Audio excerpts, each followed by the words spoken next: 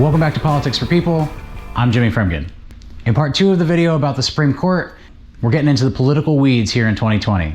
But to do that effectively, we got to go back to February 13th, 2016, when Justice Antonin Scalia passed away. Barack Obama was president at the time, and Senator McConnell said, "Look to history. We haven't filled a vacancy created during a presidential election year in 80 years.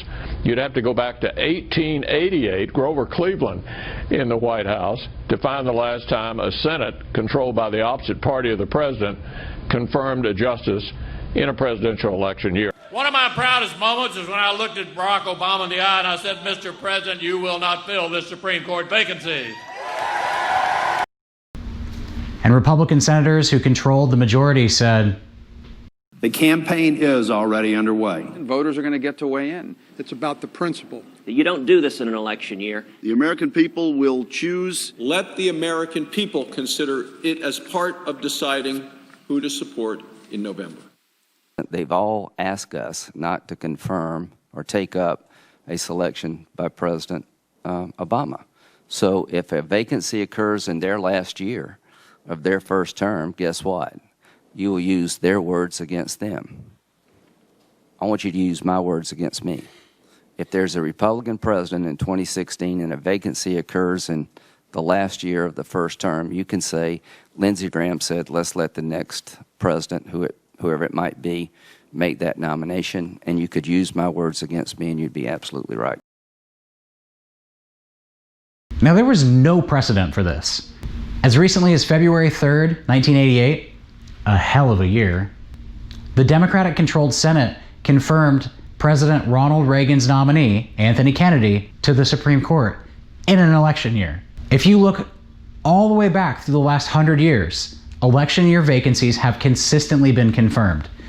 President Taft nominated somebody in his last year. President Wilson nominated somebody.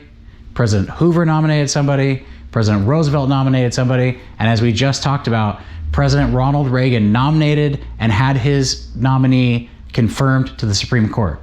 There is no evidence of a tradition of leaving seats open on the court until after Election Day. Now, many, including me, are outraged because of the bold-faced hypocrisy and outright selfishness displayed by people that have sworn an oath to serve the country, not their political party. Which is why Supreme Court justices are not political. But the nominations themselves are, because they are by far the most lasting legacy that president is going to have long after they leave the office, until Barack Obama. So, same story this year, right? It's not looking like it. On September 18th, Senate Majority Leader Mitch McConnell released a statement saying, quote, "Since the 1880s, no Senate has confirmed an opposite party president Supreme Court nominee in a presidential election year. The Senate will vote on President Trump's nominee." Now, you know that this is total bullshit because of Ronald Reagan and Anthony Kennedy. But a few weeks ago, President Trump released a list of potential Supreme Court nominees, including Senators Ted Cruz and Tom Cotton. When Americans tried it, they discovered they did not like green eggs and ham. I mean, first of all, this guy's a joke artist and this guy's a liar. You have a As part of these confirmation hearings, witnesses will make arguments in favor and opposed to the nominee. In 1991, when Clarence Thomas was going through the confirmation process, Anita Hill, a former staffer of his, came out and accused him publicly of sexual harassment while he was her boss. Something that's going to come up in the next few weeks was that Joe Biden was chairman of the Senate Judiciary Committee from 1987 to 1995, which meant that he was in charge of the nomination and confirmation process for a number of Supreme Court nominees. Joe Biden was criticized over his handling of the Clarence Thomas hearings. They said that he hadn't done enough to support Hill in taking this bold step forward to speak publicly about how she'd been harassed by this powerful man. Biden has acknowledged that he felt like he dropped the ball. In 2019, he called Anita Hill to say he was sorry and that he wished he had done better. Anita Hill, for her part, says that she's still deeply disappointed by the way she was treated.